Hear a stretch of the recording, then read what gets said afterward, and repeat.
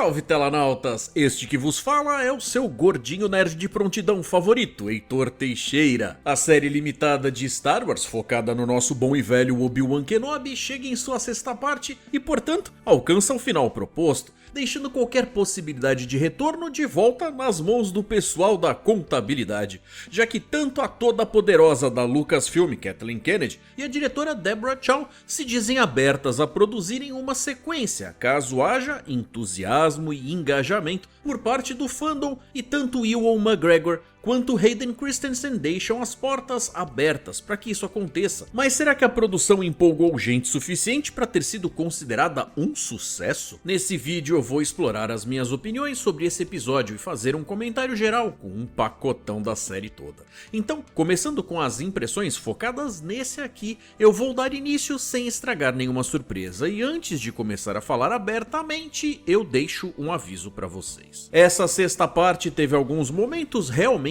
épicos, que mostraram cenas feitas sob encomenda para agradar algumas pessoas que estavam com fome especificamente de um espetáculo visual. Então, quem estava sentindo falta de personagens poderosos em meio a sequências de ação e pancadaria regadas a muito uso da força, recebe exatamente o que estava querendo. No entanto, o episódio tem outra responsabilidade: fechar o arco da trama proposta e colocar todas as outras peças em seus devidos lugares, já que estamos assistindo uma história que vem antes de outras já conhecidas, e essa coisa de ser criativo acaba assim tendo lá as suas limitações. Afinal, a gente sabe exatamente quem não morre. Com isso em mente, a proposta então é que o roteiro nos divirta brincando com uma caixa de areia bem pequena, já que as restrições são muitas. Resultado, o texto acaba se apoiando muito mais em pilares emotivos e na sempre confiável nostalgia para preencher o espaço narrativo que os personagens não iriam percorrer. Ao mesmo tempo que essa aposta funciona por um lado, acaba deixando uma sensação de barriga vazia por outro, já que o ingrediente é muito mais saboroso do que a pizza pronta, se é que vocês me entendem.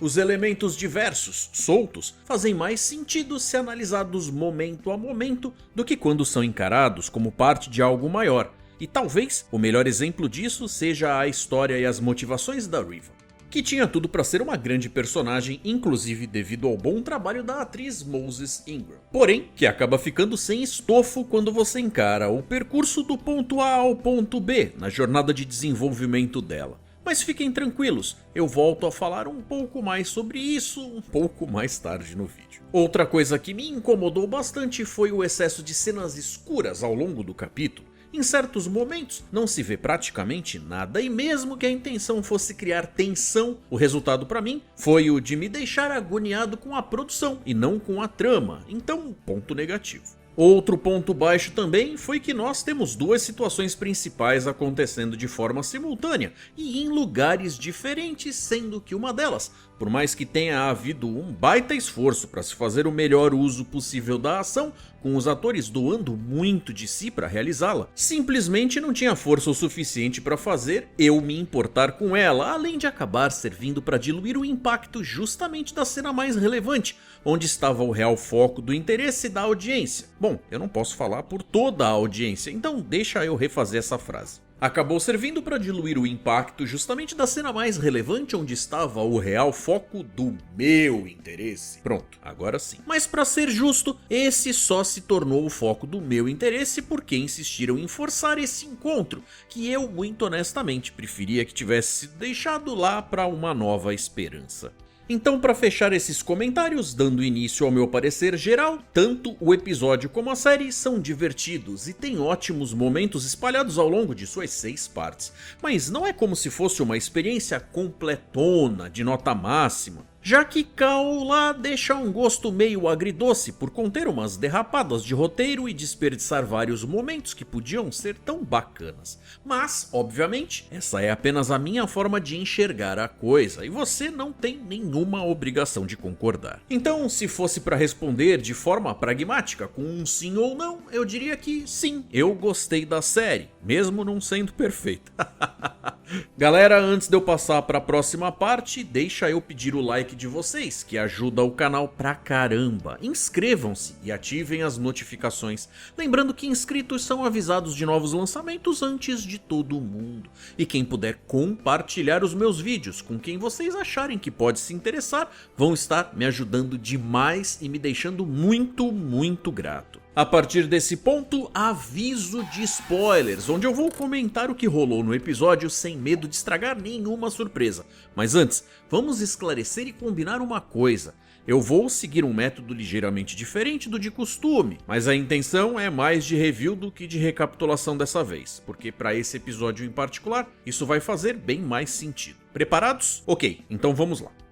Quando o episódio começa, nós temos o que tá rolando lá em Tatooine, com a Riva procurando pelo fazendeiro Owen, e a galera na nave do pessoal do caminho, que sem hyperdrive, tá fugindo de forma meio capenga do Star Destroyer do Vader. As cenas vão se intercalando, mas para efeitos de organização eu vou tratar cada uma delas o mais separado possível, para a descrição dos elementos não ficar toda picada. Então, vamos começar pelo que me interessa menos. Que a Riva teria sobrevivido não é segredo e nem surpresa para ninguém. Mas é impressionante a velocidade com a qual ela chega em Tatooine, e aparentemente tão bem de saúde, não que ela esteja a 100%, mas para alguém que foi varado pelo sabre de luz do tio Dart, até que o band-aid que ela usou foi dos bons. Se a coisa tivesse sido diferente, eu ainda não acho que a proposta dela indo atrás do Luke seria a coisa mais bacana para a série mostrar. Mas, porém, todavia, contudo, entretanto, teria sido bem mais interessante ver ela se esgueirando até um tanque de Bacta, lutando para não perder a consciência e deixando o suspense da sua sobrevivência no ar por mais tempo. Até porque o timing dela chegando no planeta desértico mais movimentado da franquia, no tempo que levou, não fez lá muito sentido. Pareceu até novela da Globo, em que a galera saía do Rio de Janeiro e aparecia no Marrocos à torta e à direito, levando apenas o tempo do comercial. Ela chega lá e pergunta para os comerciantes locais sobre o tal do Owen, que é claro, ela já tinha encontrado na primeira parte. É coincidência pra cacete? Sim. É coincidência exagerada? Sim. Mas paciência, é o que tem pra hoje. O tio Owen então é avisado de que a cabeça de todos eles corre em perigo e ele se apressa de volta pra fazendinha d'água com o jovem Skywalker pra avisar a tia Beru de que o bicho vai pegar. É nessas então que a gente vê que esses tios são gente humilde, pacífica, mas que também não são de se entregar ao desespero, assim, sem nem ao menos tentar lutar. A Beru desentoca umas espingardas laser que normalmente não seriam o suficiente contra um inquisidor, mas são melhor do que nada. Ainda é cedo e tá bem claro, a Riva só deve atacar depois que os dois sóis se puserem, para aproveitar o elemento do escuro. Elemento esse que eu achei que ficou exagerado. O conceito de escuro no cinema por muito tempo pareceu artificial, com noites até muito bem iluminadas, de um modo até incompatível com a lógica. No entanto, você poderia entender que tem que estar mais claro para nós, da audiência, podermos ver o que está acontecendo, enquanto para os personagens estaria bem menos iluminado, e isso seria apenas um recurso narrativo com aquele apelo à suspensão da descrença, que eu acho bem mais válido. E por que eu tô me dando ao trabalho de tocar nesse assunto? Porque esse fator afeta em muito a minha percepção da cena. E como eu disse, já não era a minha parte favorita do episódio, e muito menos foi executada de uma forma agradável. Assim sendo, o que sobra será recebido com um pouco de má vontade involuntária. Sem muito para quem pedir ajuda, Owen e Beru acabam tendo que contar com a compreensão do próprio Luke, pedindo a ele que se mantenha escondido, mas que se tudo mais der errado, que ele corra. Mesmo com ele demonstrando coragem para enfrentar a situação, o perigo é real e não pode ser tratado de qualquer jeito. Mais uma vez, o fato de que nós conhecermos o futuro desses personagens faz com que a ameaça pareça irrelevante, o que só faz com que o desinteresse aumente. Eu entendo que ver as coisas acontecerem tem seu charme e que a oportunidade de ter esses personagens passando por momentos de incerteza também pode ser explorado para explicar a importância da presença do velho Ben no filme original de 77. No entanto, a imagem do velho Ben deve permanecer ligada à de um velho que é melhor se evitar, por representar encrenca. Mas não dá para eles terem um histórico de aventuras, ou a forma como se tratam lá não faria nenhum sentido. Dessa forma então, a invasão da Riva, que chega com uma má direcionada sede de vingança contra o dartão do capacete perolado e acha que se matar o filho do cara irá conseguir feri-lo no coração, já que de frente a frente não foi capaz. É uma pegada meio olho por olho, onde periga ficar todo mundo cego. É um daqueles desarranjos que a ira e o ódio servem como agentes do lado sombrio para nublar a visão e roubar a razão. Porque se ela tivesse alguma vez tido a clareza de parar para pensar antes de agir, veria que essa coisa de se tornar uma inquisidora na esperança de se aproximar do Vader seria, além de uma péssima ideia, algo extremamente contraproducente. Tipo, para ferrar o bandido eu vou passar 10 anos fazendo tudo o que ele quer da forma mais eficiente possível. Faz sentido para você? Bem, eu entendo o plano, mas contado como foi, esse desenvolvimento ficou devendo. A Riva vai então avançando aos poucos, e a sua agilidade está diminuída, porque afinal, um rombo no estômago daqueles deve precisar bem mais do que Geomax para sarar. Imagina a queimação, e o Owen tá fazendo o que pode, até ser jogado lá embaixo e gritar, avisando a Beru que a mulher tá chegando. A tia então atrasa a ex-inquisidora para que o menino escape e corra para as pedras. Em teoria, ele teria a vantagem de conhecer o terreno e aquele papo todo, mas veja, um escuro do cacete com uma mulher doida e perigosa atrás dele, que além de tudo ainda carrega um sabre vermelho e faz uso da força. Ele pode ser corajoso e tudo, mas ainda é um menino. Ela dá um puxão nele com o uso do seu poder e ele acaba ficando desacordado. Bom, eu já volto nisso.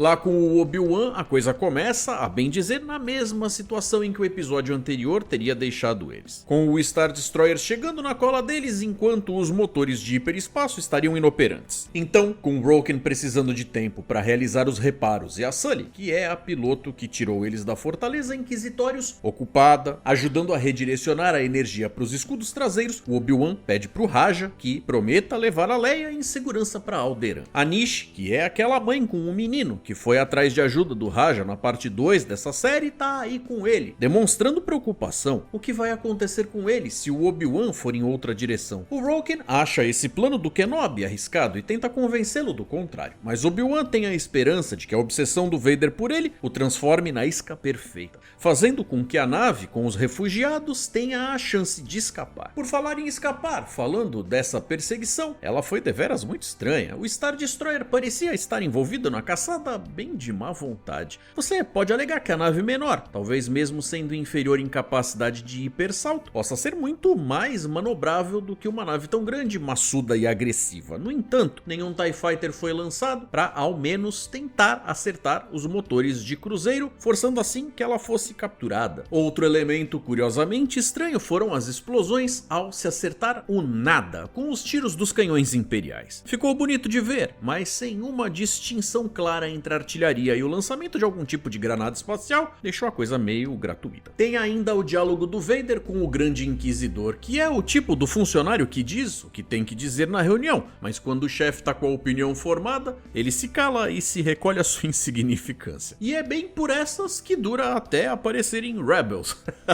Porque é bem quando o General Kenobão sai com a navinha pititinha da outra navinha, que já é pequena se comparada com o Destroyer, que o tio Vader ordena: dane-se, vamos atrás daquela ali, ó. E eles vão.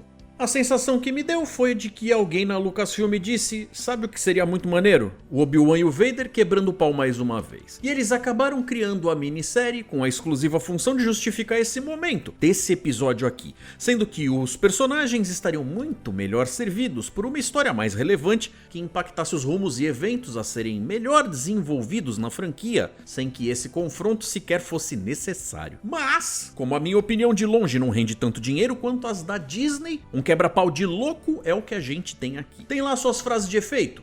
Tem uns momentos impactantes só pra te deixar roendo as unhas? Tem também. O Obi-Wan começou a série como um homem comum, vivendo o dia a dia da forma mais discreta que conseguia, estando afastado da força e cheio de dúvidas. Ao longo dos episódios foi se vendo obrigado a lutar por velhos e novos ideais e trazer de volta antigas emoções, se reconciliando com essa parte essencial dele, que é ser um Jedi. E um dos bons, diga-se de passagem. Então, agora, sem tantas dúvidas e com um tremendo senso de propósito renovado, ele tá pronto para enfrentar o seu velho aprendiz em pé de igualdade novamente. E não daquele modo desajeitado, patético e sem coração, como tinha rolado em Mapuzo. Tremenda vergonha alheia. Dessa vez o Obi-Wan chega confiante e na pilha Dragon Ball, levantando os pedregulho tudo e mostrando a que veio. A cena tem energia e a pancadaria tem uma demonstração de dois seres poderosos, instruídos no uso da força de forma agressiva. Não que essa seja a forma de pensar de um Jedi, mas se o momento pede por aquilo, a capacidade tá toda lá. Quem seria capaz de um duelo dessas proporções contra o Lorde Sombrio mais temido dessa galáxia tão distante? Só alguém que pudesse rivalizar em termos de níveis de poder e habilidade. Como eu disse, eu realmente acho que esse confronto foi desnecessário, mas já que é pra rolar, que bom que pelo menos teve esse aspecto de grandiosidade. Eu fiz a brincadeira de que a série foi criada só pra justificar esse quebra-pau de louco, mas se você analisar por um certo ângulo, foi meio que isso mesmo. Eles precisavam de uma desculpa pra tirar o Obi-Wan de Tatooine, então os capangas da Riva sequestraram a Leia. O Bail Organa chega pedindo ajuda desesperadamente, e quando o general se dá conta, já denunciou a sua posição e vai ser caçado pelo Império, pelos Inquisidores e consequentemente pelo ex-Padawan, que tem essa profunda necessidade de se provar. Acontecem outras tantas coisas no caminho, sim, é claro, mas todas elas acabam ficando de pano de fundo sem ter nenhum tipo de resolução real,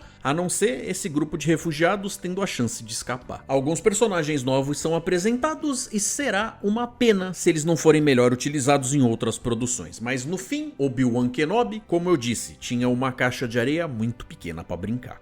E pra mim, a melhor parte do encontro nem foi o duelo de sabres, ou eles arremessando pedras um no outro, mas a oportunidade do olho no olho. Tá, nem essa cena foi lá de fato assim tão original, já que em Rebels o Vader teve um momento similar com a Ahsoka, e sim, foi o outro olho, eu sei. O ponto é que existe uma troca muito palpável entre eles ali. E a frase "você não matou Anakin, fui eu quem o fez", trouxe de certa forma um alívio ao já cansado e castigado coração do velho Ben. Uma sensação de culpa que ele, como Jedi, não deveria sentir, mas que sentia muito profundamente. Ao longo dos reviews, eu comentei sobre os pecados da Ordem Jedi, com as suas escolhas e regras que a longo prazo acabaram fazendo mais mal do que bem aos seus membros. Logo no primeiro episódio dessa série, o Obi-Wan esteve tão comprometido com a ideia de se manter escondido que acabou suprimindo os seus impulsos altruístas ao se negar a ajudar outro camarada Jedi que estava sendo caçado pelos Inquisidores e acaba morto e pendurado, como um aviso a todos que se opuserem à tirania do Império. Então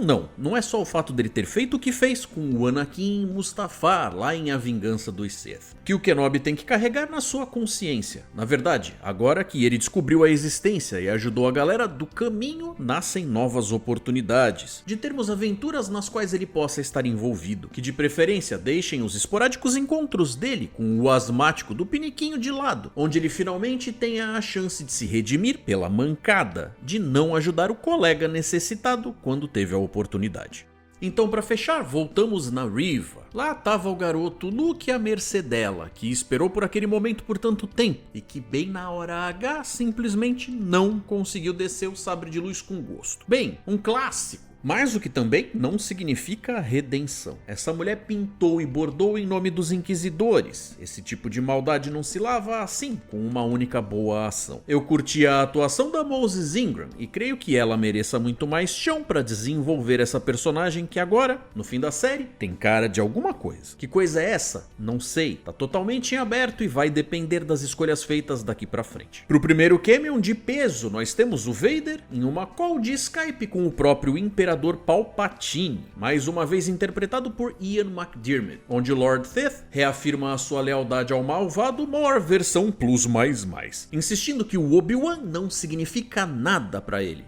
Tá bom, Cláudia, vai sentar. Quem obviamente merece uma visita é a realeza de Alderaan, e Obi-Wan aparece por lá, inclusive para se certificar de que a Leia chegou em segurança. O senador Bail Organa e a sua esposa estão muito gratos pela ajuda com o resgate, mas nessas, de um certo modo, quem quem foi resgatado foi o próprio Obi-Wan, que garante que estará lá caso seja necessário mais uma vez. Antes de ir embora, ele, ao se despedir da pequena princesa, lhe explica que o fato deles se conhecerem deve permanecer em segredo, ou isso poderia criar vários tipos de problemas, e também ajuda a explicar o porquê o tom tão formal dela na mensagem holográfica enviada no droid R2-D2 no filme original. O Obi-Wan por algum tempo se preocupou em treinar o Luke quando e se a hora chegasse, mas isso o colocaria mais uma vez na repetição, na forma como as coisas eram feitas antes. Nesse momento, tudo o que o menino precisa é crescer como um garoto normal, recebendo todo o amor dos seus tios, que ele não tem nem ideia do que já fizeram por ele. O Owen não fica lá super entusiasmado com a visita, mas depois do que rolou, com a investida da Riva, que deixou todo mundo com o fiofó na mão, ele conversa com o velho Ben sem dar peti. E ainda o convida para conhecer finalmente o Luke. Hello there! Bom, é uma frase clássica e não podia ficar de fora. E é também uma ótima oportunidade para entregar o modelo da nave de presente pro garoto, que a gente sabe que ele ainda terá lá no Uma Nova Esperança. E com a historinha chegando no final e com o Obi-Wan juntando os paninhos de bunda e mudando de caverna, quem dá as caras é o próprio Qui-Gon Jinn, do nosso querido Liam Neeson. Teoricamente, o fantasminha da Força original, que ainda tem algumas coisas para ensinar pro seu antigo aprendiz. Foi uma aparição querida? Foi. Acrescentou algo de tão importante pro curso narrativo da trama? Nada. Nadinha. Mas quem sou eu para reclamar? Foi muito bom ver ele de volta, mesmo que a sua presença tenha sido telegrafada desde o começo da série com o Kenobão chamando por ele repetidas vezes.